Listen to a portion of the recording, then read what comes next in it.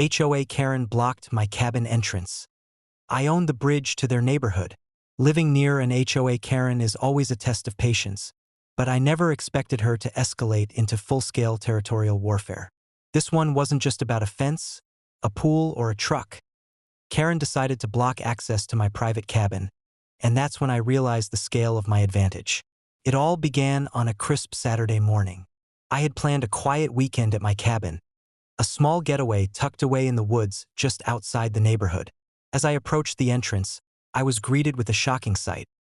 A line of HOA Karens had physically blocked my driveway with chairs, traffic cones, and a no-entry sign. At the front, of course, was Karen herself, clipboard in hand and smirk firmly in place. "You can't drive through here," she announced, as if this were her property. "The HOA rules say no private vehicles beyond this point without approval." I blinked. Approval? From her? I had lived in the neighborhood for years, followed every rule and paid my dues, but apparently that didn't matter to Karen. "Excuse me," I said calmly, "but this is my property. I own the bridge that leads to this road, including access to my cabin. You're standing on land that is legally mine." Her eyes narrowed. "That can't be true. You must be mistaken. This is a community road, and the HOA can regulate traffic."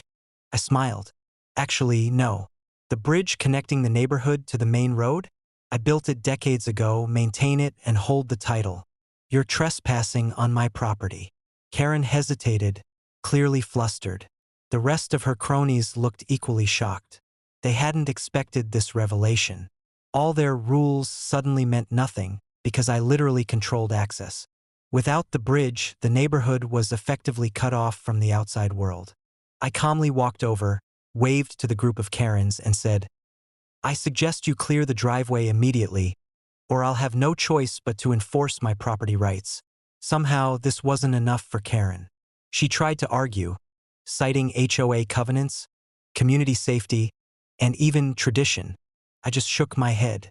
"Tradition doesn't grant you ownership of my property. Step aside." After a tense standoff, Karen and her followers finally moved their blockade. I drove across the bridge, enjoying the small victory, and parked in my cabin driveway. From there, I could see the stunned looks on their faces. The group realized they had been outmaneuvered not by force, but by legal ownership. Of course, the aftermath wasn't quiet. The HOA sent notices demanding clarification about the bridge, and Karen filed several complaints claiming I was abusing my control. Every single one was dismissed once my deeds and legal documents were presented. I even received calls from neighbors expressing relief. Most were terrified of Karen's overbearing rules and were glad someone had finally put her in her place. From that day forward, Karen avoided my property like the plague.